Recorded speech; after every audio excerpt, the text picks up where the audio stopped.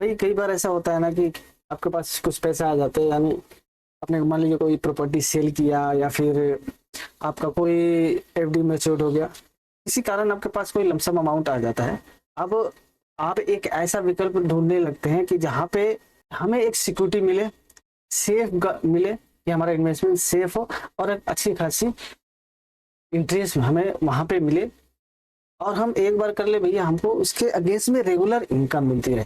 और यह एक और बात इंपॉर्टेंट जो आम आदमी ज्यादा सोचते हैं कि भैया स्कीम जो है वो सरकारी हो। अब सरकारी स्कीम का मतलब भैया कि मेरा पैसा जो है भाई, जो हम मूलधन लगा रहे हैं ना, प्रिंसिपल, वो कम से कम सेफ रहे, वो डूबे ना। तो आज का ये वीडियो उन लोगों के लिए है। आज हम लोग बात कर रहे हैं ऐसे ही एक स्कीम के बारे में, जो कि आपका ये जो मान लीजिए कहीं से पैसा आ रहा है, वहां पे आप एक बार पैसा डालकर आप भूल गए, आपके पास आपके खाते में रेगुलरली हर महीने का फिक्स टाइम पे एक पैसा, एक सैलरी या जो भी बोलिए, आपके खाते में आकर घुस जाएगी। ये रेगुलर इनकम आपके पास रहेगा। और ऐसा भी नहीं कि आपको मैं कोई प्राइवेट स्कीम की बात कर रहा हूँ, हम आज जो डिस्कस कर रहे हैं एक सरकारी स्कीम है, यानी कि इसमें गवर्नमेंट का बैकअप है। आपका प्रिंसिपल अमाउंट, आपका जो इन्वेस्टमेंट है बिल्कुल सेफ रहेगा। जी हाँ, आज हम लोग बात कर रहे हैं पोस्ट ऑफिस की स्कीम की, जो कि है पोस्ट ऑफिस का MIS scheme, post office income scheme, monthly scheme जिसको बोलते हैं MIS। इसमें आपका पैसा सेफ, मंथली इनकम एकदम पक्की।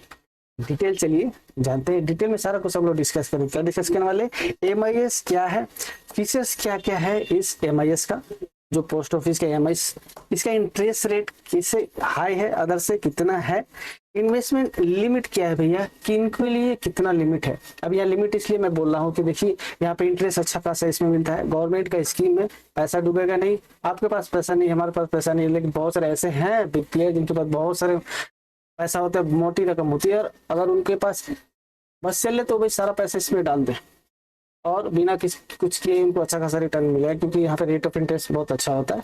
तो इसीलिए यहाँ पे जो है स्कीम स्कीम जो है आम जनता को भी मिले, एक टैपिंग लगा दिया गया है कि भाई इस लिमिट के अंदर में ही आप इसमें इन्वेस्ट कर सकते हैं।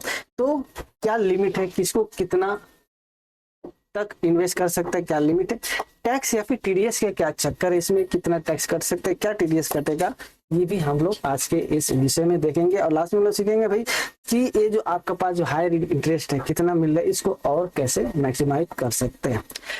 तो चलिए भाई, MIS आखिर है क्या, सबसे पहले हम लोग ये एक बार जान लेते हैं। ये एक गवर्नमेंट का स्कीम है, पोस्ट ऑफिस का मंथली इनकम स्कीम।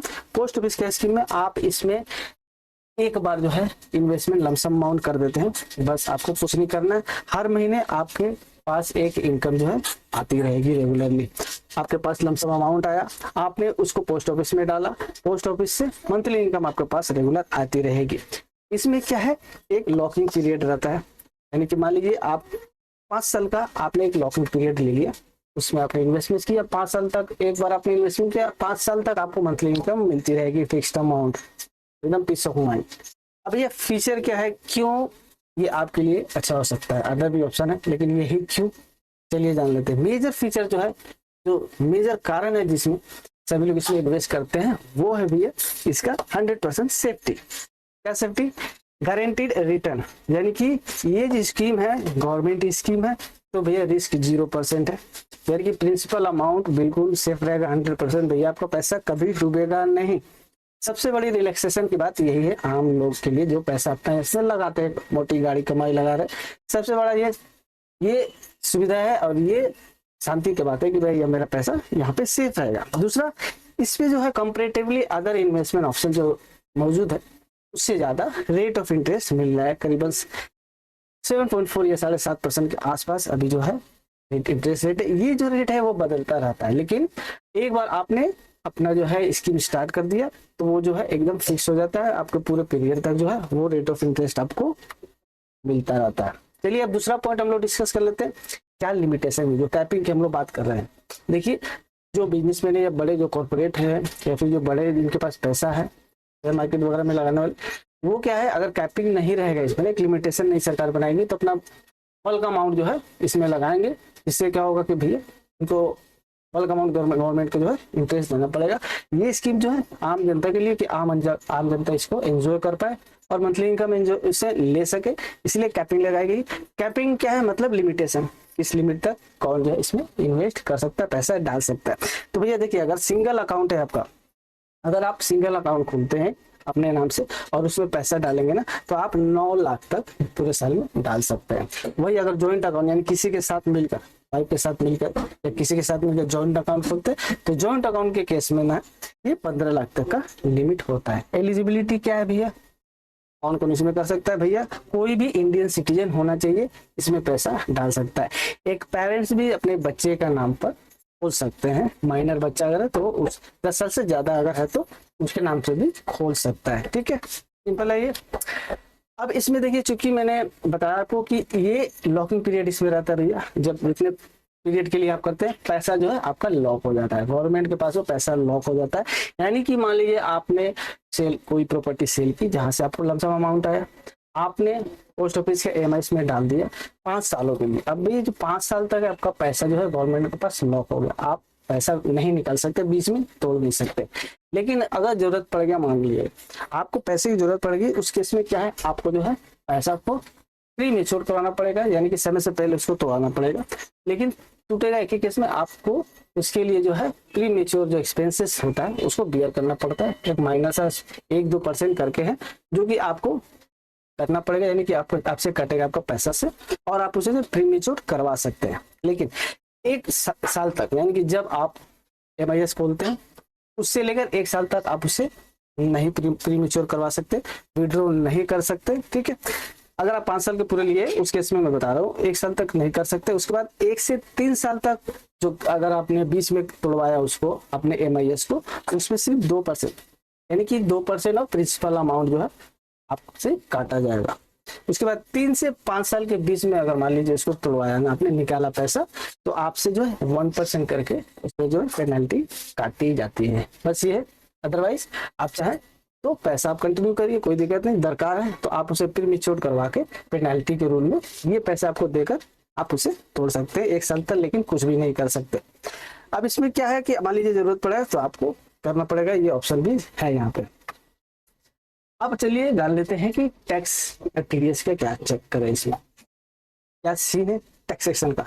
अब देखिए, टैक्सेबल इनकम जो है, जो भी इसमें MIS का इंटरेस्ट आपको मिलेगा, वो टोटल आपका जो टैक्सेबल इनकम है, जब अपना ITR आप भरेंगे तो आपका जो इंटरेस्ट मिलता है वो आपके ITR के स्लैब, यानी कि इनकम टैक्स का जो स्लैब है, न्यू स्कीम में जाइए या फिर ओल्ड स्कीम में आप अपना ITR भरते हैं, जो भी स्कीम में आप ITR भरते हैं उसके हिसाब से जो स्लैब है, स्लैब के हिसाब से टोटल इनकम में आपका ये इनकम जो ऐड करके उस पर जो टैक्सेबल आता है तो टैक्स लगेगा उस पर। ठीक है, अलग से कुछ नहीं, आपको एज पर इनकम टैक्स के हिसाब से आपके टैक्सेबल इनकम में इसको ऐड करके आप उसे टैक्स उस पर देंगे। दूसरी बात, क्या TDS इस पे करता है?